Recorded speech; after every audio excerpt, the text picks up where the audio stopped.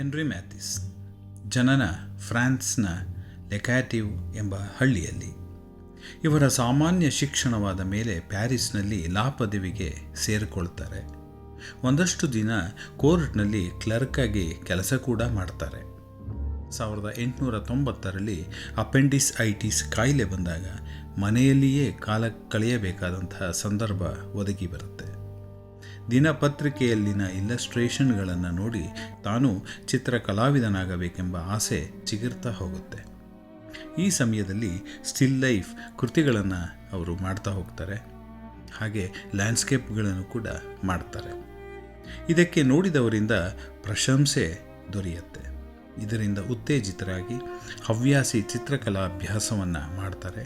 ನಂತರ ಪ್ಯಾರಿಸ್ಗೆ ಹೋಗಿ ಅಲ್ಲಿ ಚಿತ್ರಕಲಾ ಶಿಕ್ಷಣವನ್ನು ಪೂರೈಸ್ತಾರೆ.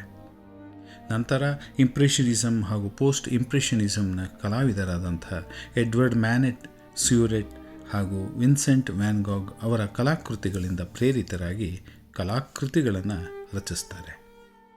1903ರಲ್ಲಿ ಇಸ್ಲಾಮಿಕ್ ಕಲೆಯಿಂದ ಪ್ರಭಾವಿತಗೊಂಡು ಕೃತಿ ರಚನೆಗೆ ತೊಡಗುತ್ತಾರೆ. ಹೆನ್ರಿ ಮ್ಯಾಥಿಸ್ ತಮ್ಮ ಕಲೆಯ ಕುರಿತು ಹೀಗೆ ಹೇಳುತ್ತಾರೆ: ಮನಸ್ಸನ್ನು ಕದಡುವ, ಆತಂಕ ಉಂಟು ಮಾಡುವ ವಿಷಯ ವಸ್ತು ಬದಲಾಗಿ ಸಮತೋಲನ, ಶುದ್ಧತೆ ಹಾಗೂ ಶಾಂತತೆ, ಮನಸ್ಸಿನ ಆಹ್ಲಾದತೆಗಾಗಿ ಕೃತಿ ರಚನೆ ಮಾಡುತ್ತೇನೆ ಎನ್ನುತ್ತಾರೆ. ಈ ಕಾರಣಗಳಿಂದ ಸರಳೀಕೃತ ಹಾಗೂ ಸೃಜನಶೀಲ ಹಾಗೂ ಅಮೂರ್ತತೆಯ ಅಂಶಗಳಿರುವ ಕೃತಿ ರಚನೆಯನ್ನು ಮಾಡ್ತಾರೆ.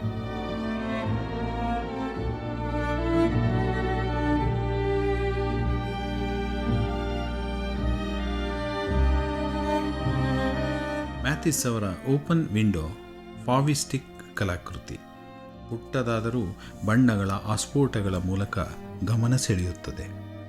ಇಲ್ಲಿ ಇಂಪ್ಯಾಸ್ಟೋ ಮೆಥಡ್ನಲ್ಲಿ ಬಣ್ಣಗಳನ್ನು ಹಾಕಲಾಗಿದೆ.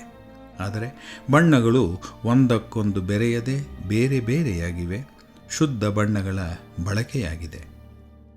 ತೆರೆದ ಕಿಟಕಿಯೊಳಗೆ ದೂರದ ಸಮುದ್ರ, ದೋಣಿಗಳು ಹಾಗೂ ಪಾಟ್ನಲ್ಲಿನ ಗಿಡಗಳು ಕಾವ್ಯಾತ್ಮಕ ವಾತಾವರಣವನ್ನು ಉಂಟು ಮಾಡಿದೆ. ಪಿಂಕ್, ಗ್ರೀನ್ ಹಾಗೂ ಬ್ಲೂ ಬಣ್ಣಗಳ ಬಳಕೆ ಚೈತನ್ಯವನ್ನು ನೀಡಿದೆ. ದಪ್ಪನೆಯ ಪ್ಯಾಚ್ಗಳ ಬ್ರಷ್ ಸ್ಟ್ರೋಕ್ಸ್ಗಳನ್ನು ದಿಟ್ಟತನದಿಂದ ಹಾಕಲಾಗಿದೆ. ಇವು ಇಂಪ್ರೆಷನಿಸಮ್ ಶೈಲಿಯನ್ನು ನೆನಪಿಸುತ್ತದೆ. ಇನ್ನೊಂದು ಕೃತಿ ವಿಮೆನ್ ವಿತ್ ಎ ಹ್ಯಾಟ್ 1905ರಲ್ಲಿ ಆಯಿಲ್ ಆನ್ ಕ್ಯಾನ್ವಾಸ್ ಮೇಲೆ ರಚಿತವಾದ ಕೃತಿ. ಇದು ಹೆನ್ರಿ ಮ್ಯಾಥಿಸ್ನ ಮಡದಿ ಅಮೇಲಿಯಾ ಭಾವಚಿತ್ರಣ. ಇದು ಫಾವಿಸಮ್ಗೆ ಬಹಳ ಉತ್ತಮ ಉದಾಹರಣೆ. ಇದು ಲೂಸ್ ಬ್ರಷ್ ಸ್ಟ್ರೋಕ್ಸ್ನಿಂದ ಹಾಗೂ ಕ್ಯಾನ್ವಾಸ್ನ ಮೇಲೆ ಬಣ್ಣವನ್ನು ಹಾಕಿ ಒಂದಕ್ಕೊಂದು ಮಿಶ್ರಣ ಮಾಡದೆ ಹಾಗೆ ಶುದ್ಧವಾಗಿ ಉಳಿಸಿಕೊಂಡು ನೀಲಿ, ಹಸಿರು, ಕೆಂಪು, ಬಿಳಿಯ ಬಣ್ಣಗಳಿಂದ ರಚಿಸಲಾಗಿದೆ. ಇದು ಅಪೂರ್ಣ ಕೃತಿ ಎಂದೆನಿಸುವ ಹಾಗೆ ಮಾಡಿ ಪ್ರೇಕ್ಷಕರ ಹುಬ್ಬೇರುವಂತೆ ಮಾಡಿದ್ದಾರೆ ಮ್ಯಾಥಿಸ್. ಬಣ್ಣಗಾರಿಕೆಯಲ್ಲಿ ಒರಟುತನವಿದೆ. ಮುಖದ ರಚನೆಯಲ್ಲಿ ಮಾತ್ರ ಸ್ಪಷ್ಟತೆ ಇದ್ದು ಅವಳು ಧರಿಸಿರುವ ಹ್ಯಾಟ್, ಉಡುಪುಗಳು ವಿವರಗಳಿಲ್ಲದೆ ಅಮೂರ್ತವಾಗಿ ನಿರ್ವಹಿಸಿದ್ದಾರೆ.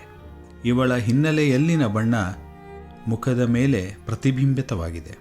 ಈ ಕಾರಣಗಳಿಂದ ಕಲಾವಿದ ಮ್ಯಾಥಿಸ್ ತಮ್ಮ ಈ ನೂತನವಾದ ಕಲಾಭಿವ್ಯಕ್ತಿಯಿಂದ ಹೆಸರು ಮಾಡಿದ್ದಾರೆ.